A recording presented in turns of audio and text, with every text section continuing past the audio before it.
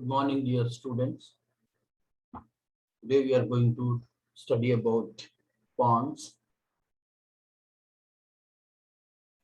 I told you in the beginning that the brainstem consists of three parts, that is midbrain, pons, and medulla oblongata. So about medulla oblongata we discussed. Now today we shall discuss about pons. So pons, it is a middle part of the brainstem, as you can see here. You can see three parts of the brainstem: the medulla oblongata, pons, and the midbrain. And it is situated between the midbrain and medulla oblongata, and it lies in the posterior cranial fossa on the clivus. Clivus is the sloping surface of the bone in the posterior cranial fossa.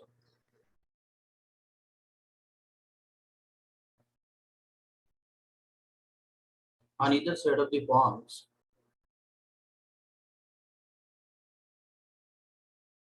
you see the middle cerebellar peduncle, and it forms a bridge between the two cerebellar hemispheres. So it forms a bridge between the two cerebellar hemispheres.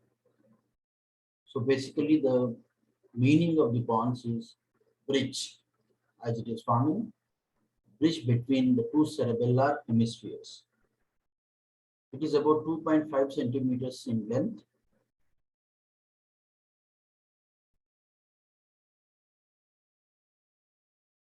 And the upper half of the pons forms floor of the fourth ventricle.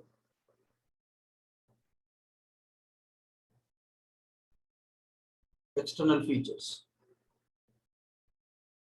The pons has two surfaces: ventral surface and dorsal surface. Ventral surface, as you can see on this diagram, it is convex in both the directions. That is from before backwards and side to side. And it is transversely striated. You see striations across the ventral or the anterior surface of the pons.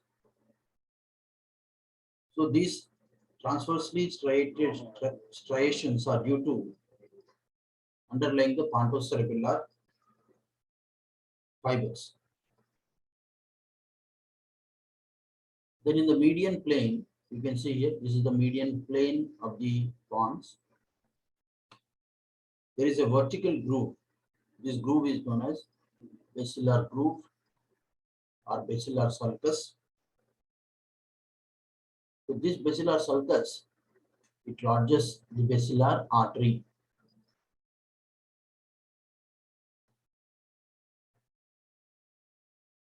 The trigeminal nerve, as you can see, there are two trigeminal nerves. The trigeminal nerve is attached to this surface by two roots: small motor and large sensory root.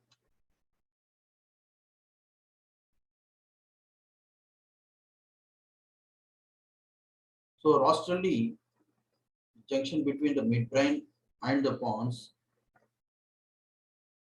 junction between the midbrain and the pons, it is marked by cerebral peduncles.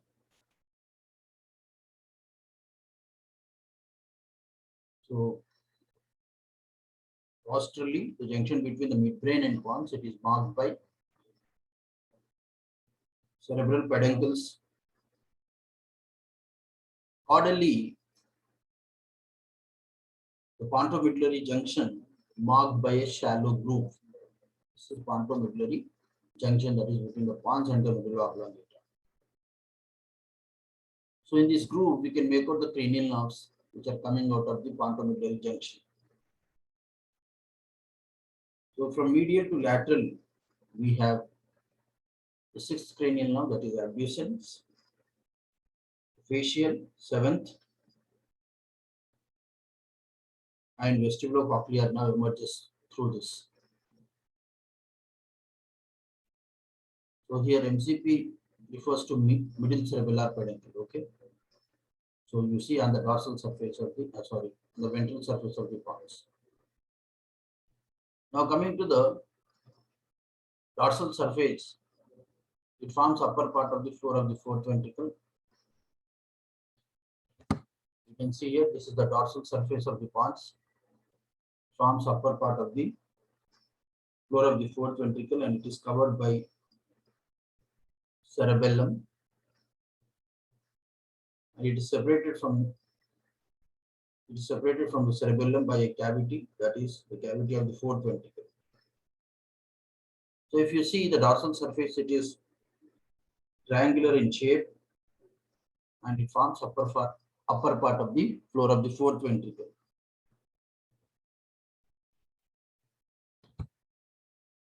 So dorsal surface forms upper part of the floor of the fourth ventricle, laterally continues with the middle cerebellar peduncle, the trigeminal nerve. You can see here, superior border of the pons contains third and fourth cranial nerves. Inferior border of the pons, between the pons and medulla oblongata, we have sixth, seventh, and eighth cranial nerves.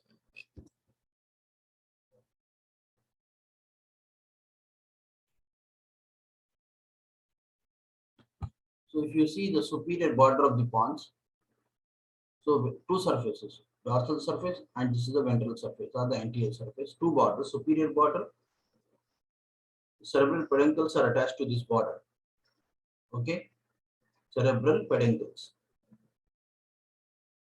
And superior cerebellar artery, it curves along this border and intervenes between the oculomotor and the trochlear nerves.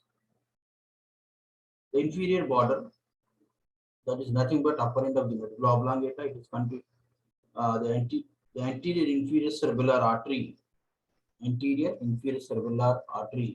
it curves around this border. Posterior surface is limited laterally by superior cerebellar peduncle. Posterior surface is limited laterally by superior, as you can see, this is the superior cerebellar peduncle, divided into symmetrical halves by median sulcus. This is the median sulcus. This median sulcus divides the posterior surface of the pons into two halves. Lateral to this sulcus is an elongated elevation that is called medial eminence. Medial eminence, which is bounded laterally by a sulcus. This is known as sulcus limitans. Sulcus limitans. The inferior end of the medial eminence slightly expanded to form facial colliculus. See here, the facial colliculus. This is important. Elevation in the floor of the fourth ventricle or posterior surface of the pons. The floor of the superior part of the sulcus limitans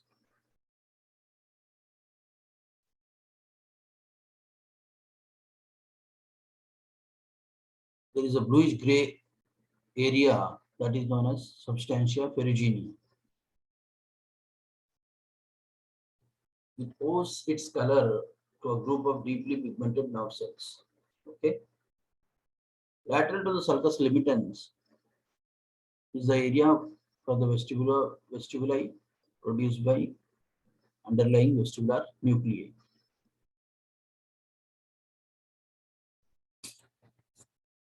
Coming to the internal structure of the pons. If you take a section at any level of the pons, it shows two distinct regions.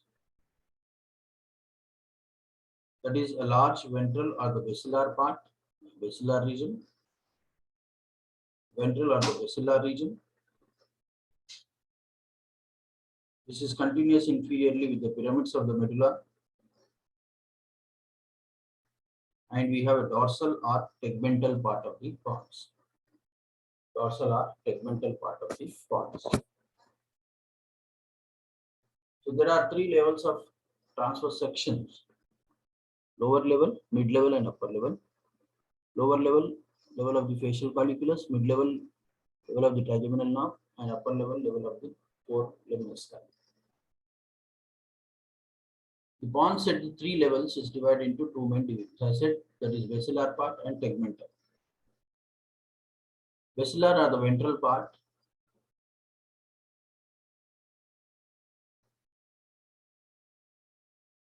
It is continuous infinitely with the pyramids of the medulla and on each side with the middle cerebellar peduncle. It is the ventral part of the pons. Its contents are constant in all levels. Tegmental. Dorsal part or the tegmental part. So it is the dorsal part of the pons. Its contents vary in three levels. Superiorly, the tegmentum of the pons is continuous with the tegmentum of the midbrain. So there are two parts in the internal structure of the pons, that is ventral or the basilar part and dorsal or the tegmental part. Ventral or the basilar part of the pons, in all levels, it is marked by numerous transverse pontocerebellar fibers which arise from pontine nuclei. These pontocerebellar transverse fibers cross the midline to pass contralateral cerebellum, forming middle cerebellar peduncle. That is known as brachium pontis, where the trigeminal nerve pierces. Okay.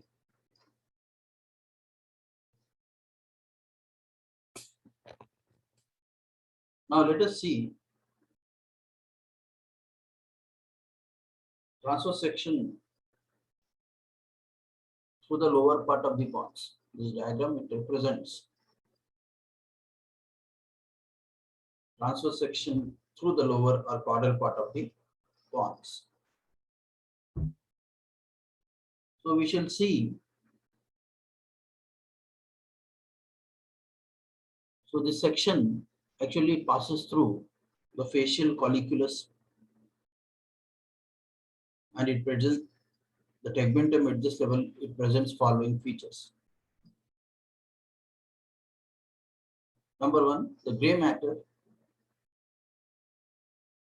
The gray matter at this level, that is at the lower part of the pons, it comprises abducens nerve, that is sixth cranial nerve.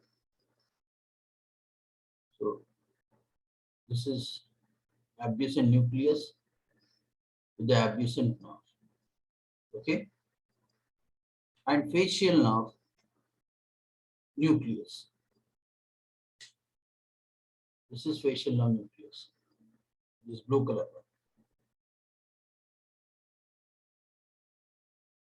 So gray matter at this level, it comprises abducens nucleus and facial nerve nucleus, and one more is vestibulocochlear nuclei. Vestibulocochlear nuclei.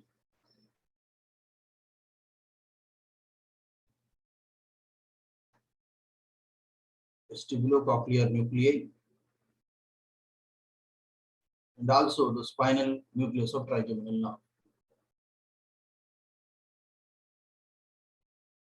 So these are the structures present in the gray matter. These are the two vestibular nuclei and the spinal nucleus of trigeminal nerve, abducens nucleus, and the facial nerve nucleus. So four nuclei you find in the gray matter at the lower part of the pons. Abducens nerve nucleus, this is this one. It lies beneath the facial colliculus. This is the facial colliculus, right? So beneath the facial colliculus, you have abducens nerve nucleus in the floor of the fourth ventricle.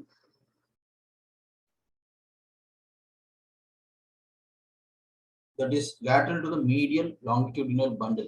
So this is ZEM stands for medial longitudinal bundle. So lateral to the medial longitudinal bundle, underneath the facial colliculus, we have abducens nerve nucleus.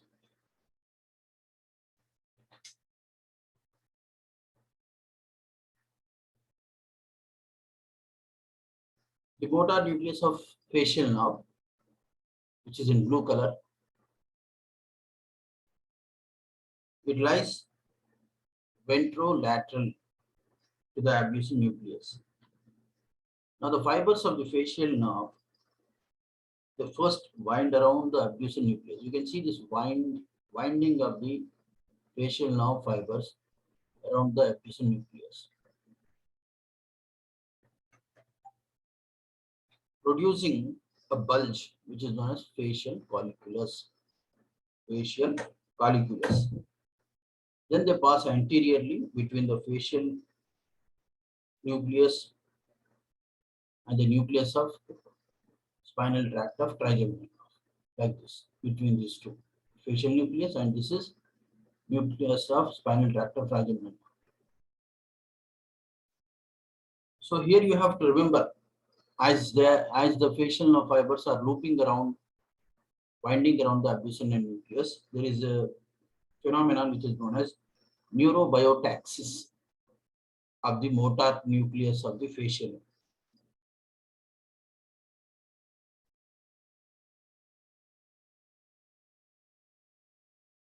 So what is neurobiotaxis?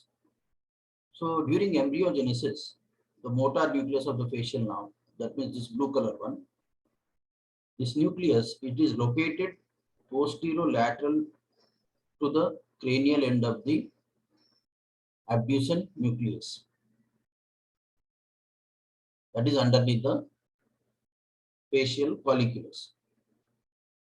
So thereafter, it migrates caudally along the dorsal surface of that nucleus and then ventromedially until the facial nerve nucleus reaches the permanent position, that is in close proximity with the spinal nucleus of trigeminal nerve, which is a site of sensory stimulus. So such migration of the motor nucleus towards the sensory nucleus. So migration of motor nucleus towards the sensory nucleus. Sensory nucleus is spinal nucleus of trigeminal nerve. Okay. So migration of motor nucleus towards the sensory nucleus is known as neurobiotaxis. Neurobiotaxis. So migration of motor nucleus towards the sensory nucleus is known as neurobiotaxis. So eventually motor fibers of the facial nerve undergo looped course. This is known as, looping is known as genu. Genu means bend. This is genu of the facial nerve. This we say internal genu.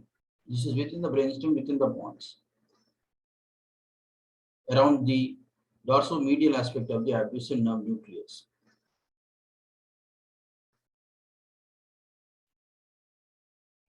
So that is actually the neurobiotaxis. Okay. So then we have what you call the superior salivatory nucleus, inferior salivatory nucleus, and lateral lacrimatory nucleus. So these nuclei, they lie lateral to the motor nucleus of the facial nerve. Lateral to the motor nucleus of the facial nerve, we have the superior salivatory nucleus, inferior salivatory nucleus, and lacrimatory nuclei. The nucleus of Tractus solitarius, it lies lateral to the superior salivatory nucleus.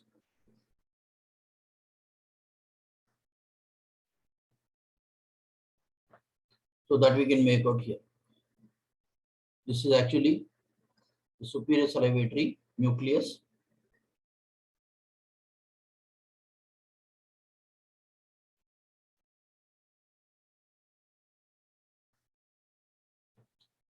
The nuclei of Tractus solitarius, so it lies lateral to the superior salivatory nucleus, which is not shown here. So vestibular nuclei also you have the vestibular nuclei. They lie beneath the vestibular area in the floor of the fourth ventricle. Dorsal and ventral cochlear nuclei are situated dorsal and ventral to the inferior cerebellar peduncle. So we can see here, this is inferior cerebellar peduncle. So here you have the dorsal and ventral cochlear nuclei. So dorsal and ventral cochlear nuclei, they are situated dorsal and ventral to the inferior cerebellar peduncle. This is inferior cerebellar peduncle. So this is dorsal cochlear nuclei. This is ventral cochlear nuclei.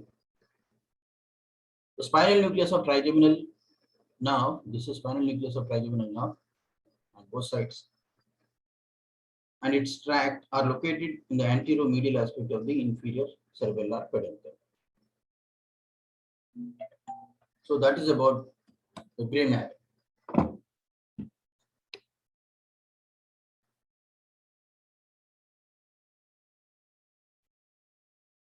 So white matter at this level, it comprises of trapezoid body. So we can see here, this is the trapezoid body.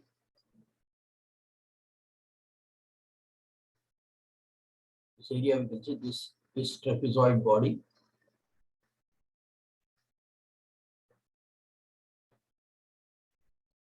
And medial and spinal lemniscus and spinal tract of trigeminal nerve.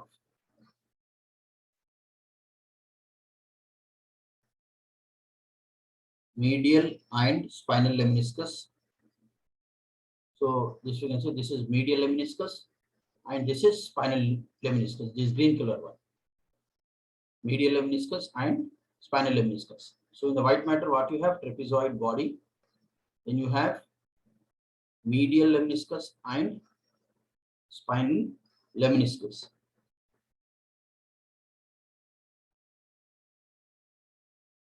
And you have the medial longitudinal bundle. Medial longitudinal bundle.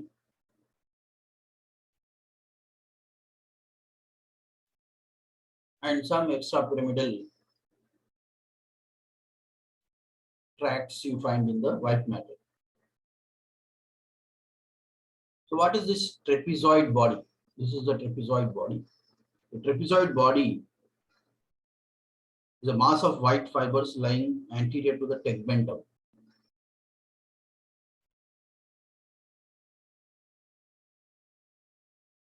So it is formed by decussation of transversely running fibers arising from cochlear nuclei. Cochlear nuclei, we have dorsal and ventral cochlear nuclei. So fibers arising from here, they go transversely. So these transversely running fibers, they form trapezoid body. So that is trapezoid body. Nothing but it is formed by decussation of transversely running fibers arising from ventral and dorsal cochlear nuclei. Then we have medial lemniscus. This is the medial lemniscus, this green color one.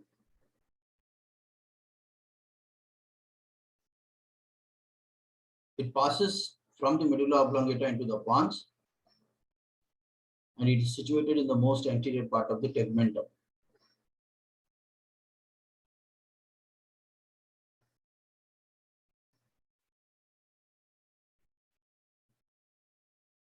The spinal lemniscus lies lateral to the medial lemniscus and occupies the same peripheral position as in the medulla.